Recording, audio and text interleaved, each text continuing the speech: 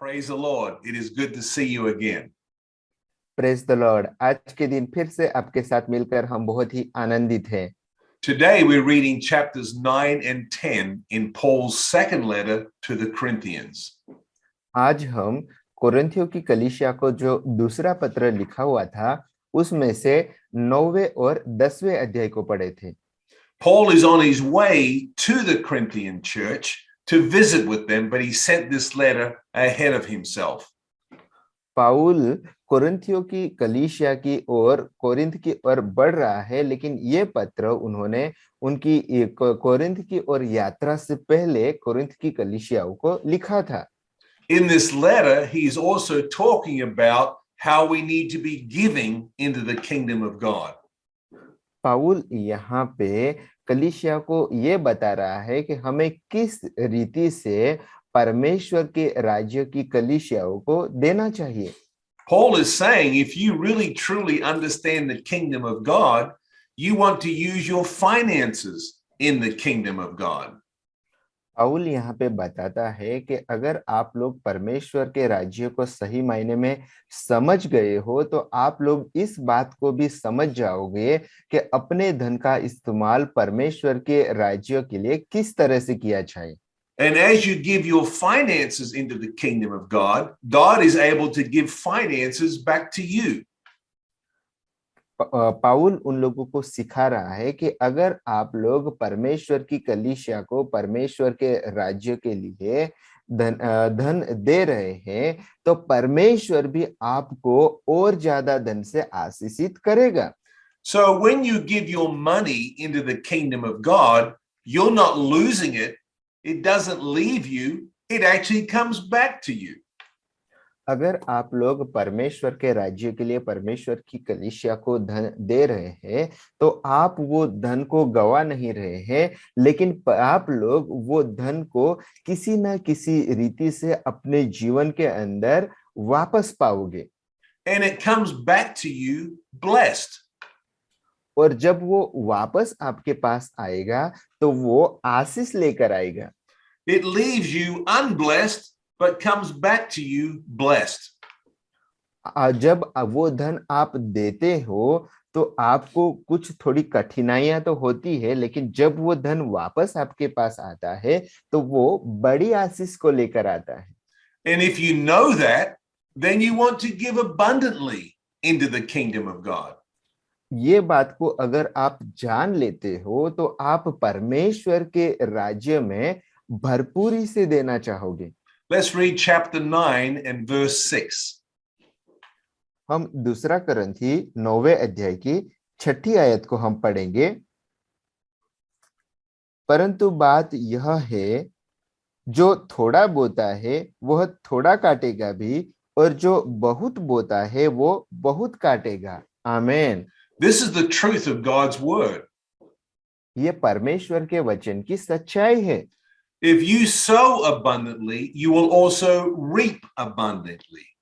अगर आपने भरपूरी से बोया है तो आप लोग भरपूरी से भी काटोगे। God blesses what you give into the kingdom of God and he brings it back to you more. परमेश्वर के राज्य के लिए आपने जो बोया है उसको परमेश्वर आशीषित करता है, उसमें आशीष देता है और भरपूरी के साथ परमेश्वर वापस देता है। And this is why you have a good attitude when you give. इसीलिए जब कभी भी आप देते हैं तो आपका जो रवैया है वो अच्छा होना चाहिए।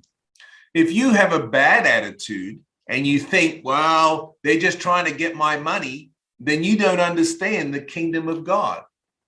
अगर आपका रवैया ऐसा हो कि जब कभी भी आपसे कलीसिया की मदद की जरूरत हो और आप देते हैं तो आप लोग अगर ऐसा सोचते हैं कि हाँ उन लोगों को वो चाहिए क्योंकि उन लोगों को मेरे पैसे की जरूरत है, मेरे पैसे उन लोगों को चाहिए, तो ये जो रवैया है वो गलत रवैया है।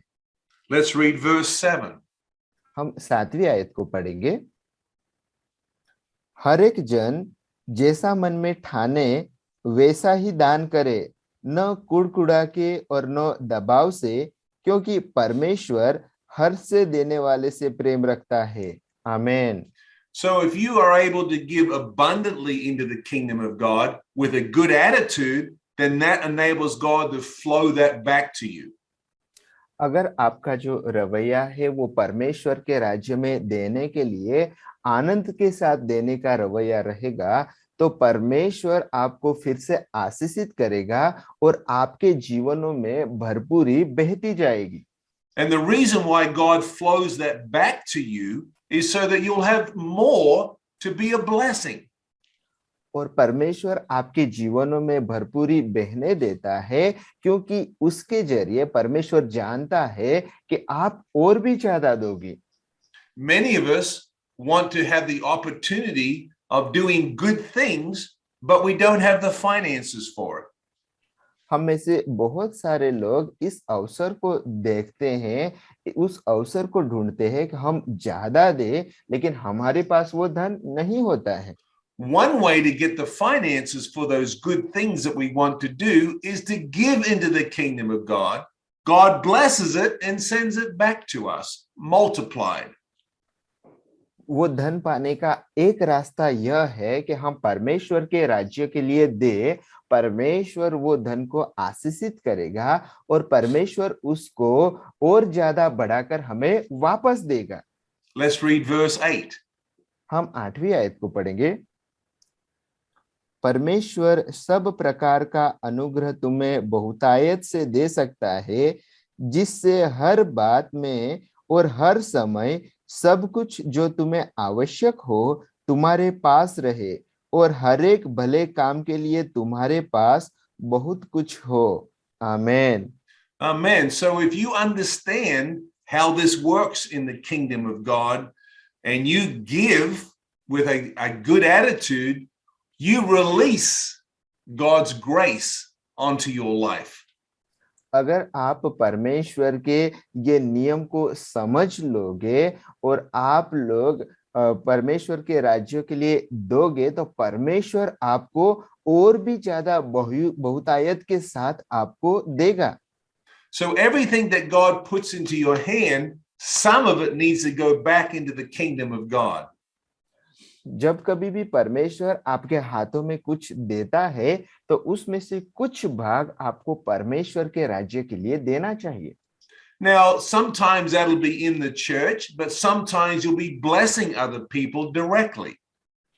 कुछ बार ये जो बातें हैं आपकी कलीसिया के अंदर होगी, लेकिन कुछ बार ये आपके कलीसिया के और लोग हैं, कलीसिया के अलावा के दूसरे लोग हैं, उनको भी आपको सीधे सीधा देना चाहिए। The Holy Spirit will show you where He wants you to place that in the kingdom of God. पवित्र आत्मा आपकी अगुवाई करेगा कि उस बात को आपको परमेश्वर के राज्य के लिए कहाँ पे देना है। So everything that God puts in your hand, some of it is to eat, but some of it is to give away. हर कुछ बात जो परमेश्वर आपके हाथों में देता है, उनमें से कुछ आपके लिए खाने के लिए होता है और कुछ आपको परमेश्वर के राज्य में देने के लिए होता है। But if you eat it all and there's nothing left, then there's nothing for God to bless because you ate it all. अगर आपने सब कुछ खा लिया, तो परमेश्वर के पास कुछ भी नहीं बचेगा कि परमेश्वर उसमें आशीष दे। Let's read verse 10. हम 10वीं आयत पढ़ेंगे। अतः जो बोने वाले को बीज और भोजन के लिए रोटी देता है, वह तुम्हें बीज देगा और उसे फलवंत करेगा और तुम्हारे धर्म के फलों को बढ़ाएगा। आमीन। So the Bible says that God blesses and multiplies the seed that you sow. Bible यहाँ पे बताती है कि परमेश्वर जिसे बहुतायत से बढ़ाता है, वो बीज है, वो बीज को फलवंत करके बढ़ाता है। But if you eat all your seed, then there's nothing for God to bless. There's nothing for Him to multiply. अगर आप लोगों ने वो बीज को खा लिया, तो परमेश्वर के पास कुछ भी नहीं बचेगा जिसको वो फलवंत करे और बढ़ाए।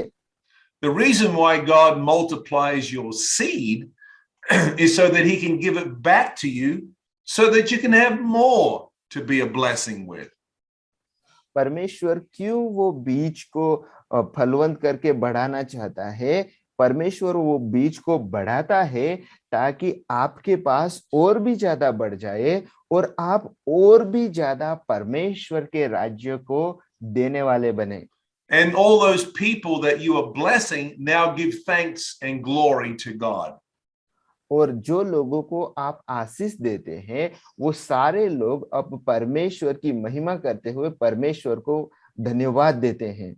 Let's read verse 11. हम 11वीं आयत पढ़ेंगे।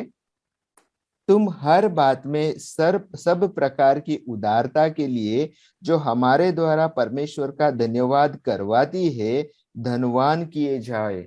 आमीन। Amen. Well, God bless you and you have a blessed day. पिता परमेश्वर आपको आशीषित करे और आज का दिन आपके लिए आशीषमय हो।